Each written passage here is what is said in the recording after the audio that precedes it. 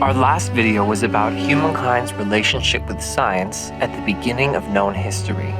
And today, we'll be reviewing the three key scientific movements of the Middle Ages that got us to modern times.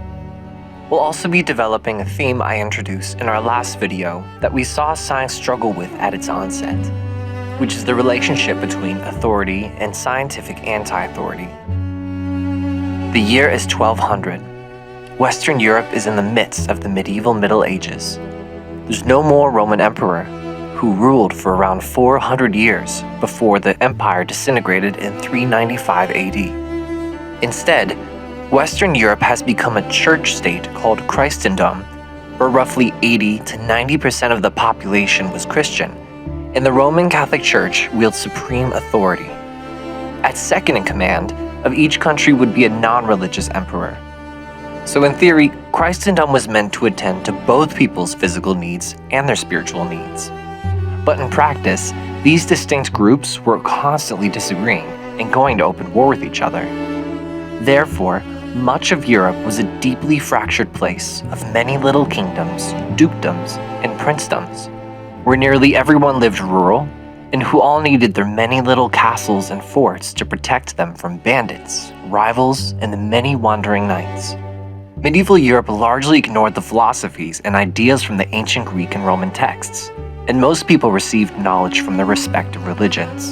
So this was a society that was very rigid socially, religiously, and politically, and were not necessarily open to change. However, the essence of the upcoming scientific era, called the Renaissance, was that Europe experienced a shift in worldview and perspective from several key sources. Number one, new ideas from increased interaction with other lands through vast trading networks, notably the Silk Road. Number two, the sharing of knowledge between different religious groups during the Crusades.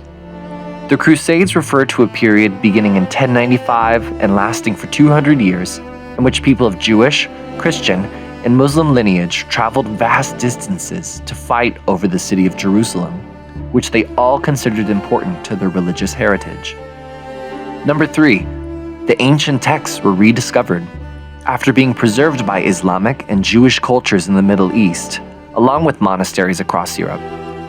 In fact, Renaissance in French means rebirth, in relation to the idea that the intellectual culture of the Renaissance was sparked by the rediscovery of these ancient philosophies and ideas. And number four, between 1346 and 1353, the Black Death would cause the death of up to 75 to 200 million people within the landmass containing Africa, Europe, and Asia. It's likely that nearly half of everyone in Europe died of the plague. The plague especially helped lead to the Renaissance, as it caused people to question and challenge their own religious beliefs. This was because, at the time, there were no clear reasons for the spread of the disease, and people did not understand how to stop it. As a result, many people suggested that it was God's will and used the religious understanding to explain its spread.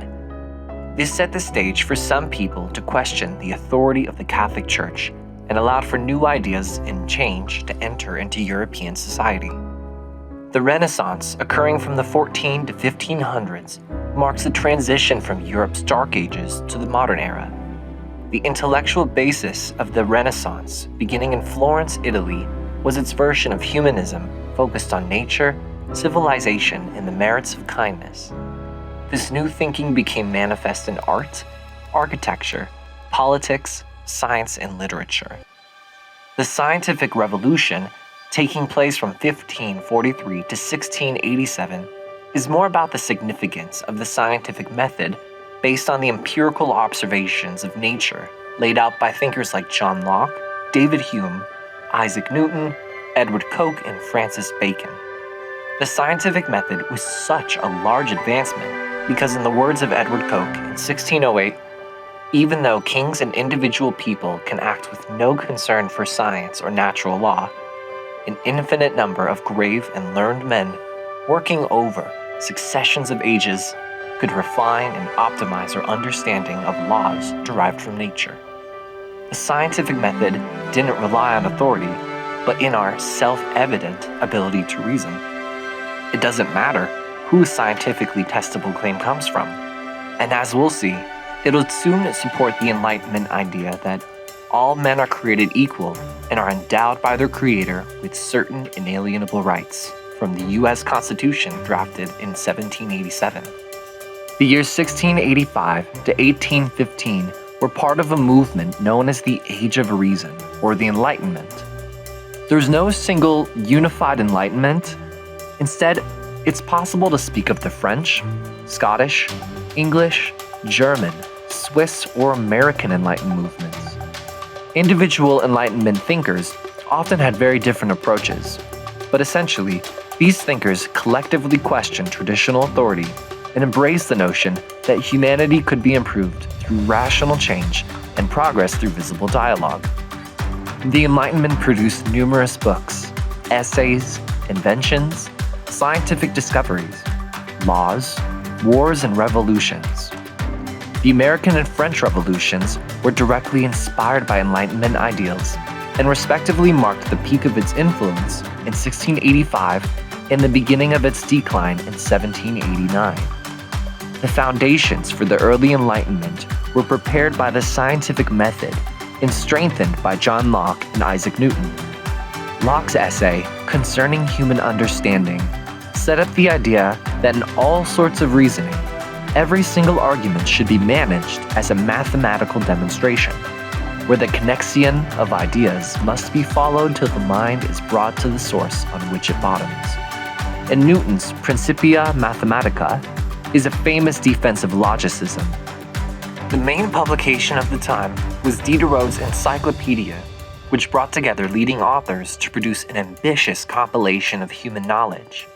Revolutionaries like Thomas Paine and Thomas Jefferson, whose Declaration of Independence framed the American Revolution, were written in terms taken from Locke's essays. It was also a time of religious innovation, as Christians sought to reposition their faith along rational lines based on the observations of nature. The French Revolution of 1789 was the culmination of the Enlightenment vision of throwing out the old authorities to remake society along rational lines. But it devolved into a bloody terror that showed the limits of its own ideas and led a decade later to the rise of Napoleon. Still, its goal of egalitarianism inspired both the Haitian War of Independence and Paraguay's first post-independent government. So now that we've seen the rise of the next three scientific eras following the feudal Middle Ages, let's compare this to some of the challenges science faced in this time. After science had flourished during Islam's Middle Ages, the Islamic Golden Age began declining just as the Renaissance and scientific revolution were blossoming. The Abbasid Caliphate in power at the time was divided and economically weak enough to succumb to an attack by the Mongols in the mid-1200s. The Mongol Invasion not only killed 15 to 30% of the Middle East population, which is an unsustainable blow. They destroyed Baghdad completely, including the libraries and research centers. Both the books and the learned men who wrote and read them were all reduced to dust. Around 75 years later, the Black Death reached the Middle East after plaguing Europe, killing yet another 30% of their population. And 50 years later, around the year 1400, the Muslim world then suffered the onslaught of Timur, known as Tamerlane, whose short but violent empire killed 17 million people, which was 5% of the world at the time.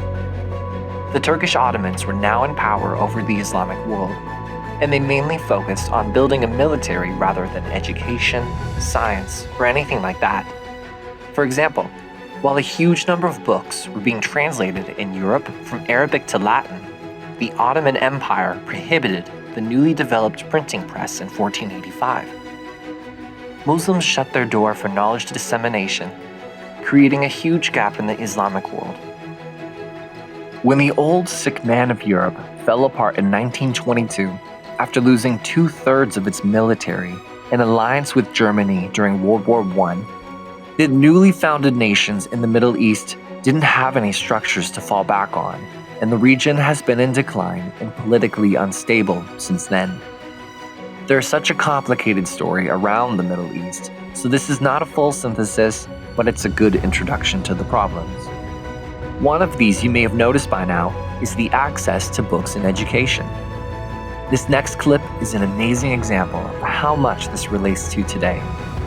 The day after he saved my life, I actually asked him, why was he on our side? Why did he take care of me? Because he was a complete stranger to me at that moment. And he said, you have to understand, you're a guest in my country. I take the bullet before you. That's how our culture works. And I said, well, I'm really glad that you're on our side because you're very brave, but why are you on our side? And he said, well, my mom would never have let me join the Taliban. And that shocked me because it wasn't the answer I was expecting. I said, what do you mean? He goes, well, you have to understand something about Afghans. Afghan men cannot do anything without the permissions of their mothers. So I said, wait a minute, are you telling me that everybody on the other side of yesterday's battle, all those Taliban had their mom's permission to be there? He said, yeah, they do. I said, what makes your mom so much more enlightened than theirs? And he goes, that's the difference. My mom can read. She's read our holy book, the Quran, for herself. She knows what the Taliban preached is not Islam. They're lies. And that's why they fear literate women the most. That's why they burn down girls' schools, is because they don't want a generation of women like Janice's moms to be the ones who grow up to raise Afghanistan's sons. The opportunity to pursue education frees the raw material of the mind. And I think it has the potential to make every single one of us in this world a genius in our own right. Books were so significant to the Middle Ages that when the printing press began mass-producing Bibles for the public to read for themselves in the 1400s, it began to actually split the church in two between those who clung to the church's authority and tradition and those who believed in more of an individual connection to God. It set the stage for Martin Luther's 95 Theses, which challenged the authority of the Catholic Church in 1517, specifically for their selling of indulgences that could be purchased to get you into heaven, and their usage of saints. Numerous churches and monasteries in Switzerland, Germany, France, and the Netherlands were plundered and emptied of their once revered art through theft or destruction. In many cases, images of saints were formally condemned and publicly burned on bonfires, or mutilated by having their hands and heads knocked off or their faces smashed. Authority versus anti-authority became a significant question of the time. Not to say it still isn't today. Western thought itself was split into these competing paths within government, economics, and science. Within government, there are authoritarian models such as monarchy, dictatorships, and fascism, with anti-authoritarian models like democracy. In economics, it's the ideas of Karl Marx where the government doles out everyone's food, money, and other goods on the one hand, and Milton Friedman's focus on a free market on the other. Within science, the split fell between the two competing paths of knowledge proposed by René Descartes and Francis Bacon. Descartes used deductive reasoning, which is using authoritative principles guaranteed to be true in order to draw conclusions from these. Deductive reasoning is top-heavy. Francis Bacon instead argued for inductive reasoning, which underlies much of the scientific method we use today. Inductive reasoning is simply observing the world and then building up a logical understanding of it. Inductive reasoning is anti-authoritative and bottom-heavy. Despite how the Church of the Middle Ages is perceived as extremely authoritarian, many Christians have made significant contributions to the development of science and mathematics. And today, religious institutions from Jesuit universities to the Vatican Observatory support professional science. And this is for good reason. Science and spirituality both share faith. They both seek the truth, whatever it may turn out to be. Faith has no preconceptions. It is a plunge into the unknown. In this sense, faith is the essential virtue of science, and likewise of any religion that seeks truth fully. So the new science that emerged from these collective movements was more mechanistic in its worldview, more integrated with math, and more reliable and open as its knowledge was based on a newly defined scientific method. The implications for government were profound. Suddenly, kings and popes, logically, had no greater claim to authority than anyone else. And this naturally led to the creation of democratic governments of, by, and for the people. Within democracy, the government is the one whose conduct is limited. It'll give you the freedom to disagree with it or the direction of your country. Because human reason is protected and placed at the forefront within a democracy, attacks against reason threatens them more than anything.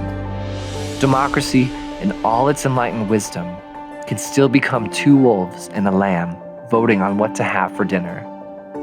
So our next video is going to introduce us to this new theme as the early days of anti-science begin. Thank you.